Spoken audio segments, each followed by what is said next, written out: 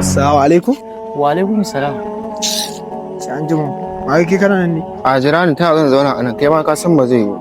Babu me ya faru ne? Na ga daga zuwa mai lasi kun tashi da ku. Au kai ba ka da labarin dan tsuntuwa ne ba da aure aka haife shi ba. Ta zan zauna an ci gaba da hada inuwa da shege wallahi ba zai yi ba. Haba Buhari, me yasa kuke ɗaukan maganganun mutane ne? Kai malam, shi ba abin duniya baya bozuwa. Iyayen mu muka ji suna faɗa. Kuma iyayen mu ba za su bada ƙarya ba ko wasu.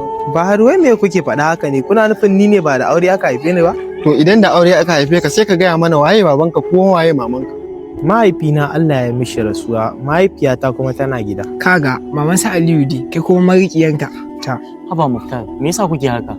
Kai Abdul, mu fa ƴan halak ne da iyayen mu Tom. In kai kaga zaka iya zama da shi to ka zauna da shi, mu dai kaga tafiyar mu ba gi. Abokina kai hakuri kaji. Dama idan mutum baya kaunan ka komai zai iya faɗa akai. A abokina, wallahi ina ji a jikina kamar maganar da suke faɗa gaskiya ne. To amma idan hakan ya tabbata ba da aure aka haife ni ba kenan kash ina Abdul bari in je gida.